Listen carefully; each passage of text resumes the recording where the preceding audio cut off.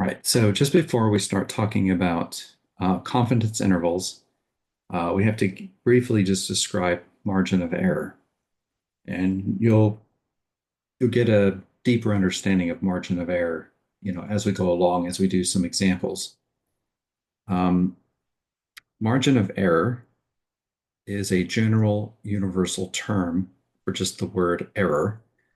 So sometimes you'll just see things referred to as error instead of margin of error. The textbook, instead of using error or margin of error, uses error bound of the mean, or EBM.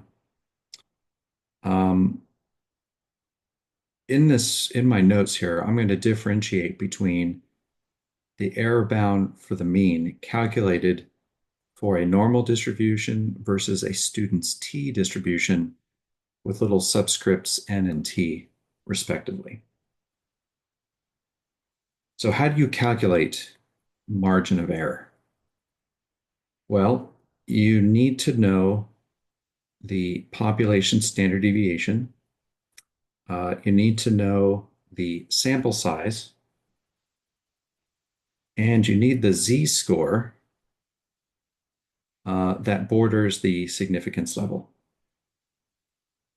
So when you have all three of these things, then you can calculate the margin of error. Um, Z alpha 2 is related to the confidence level and the significance level. That was for a two-tailed distribution.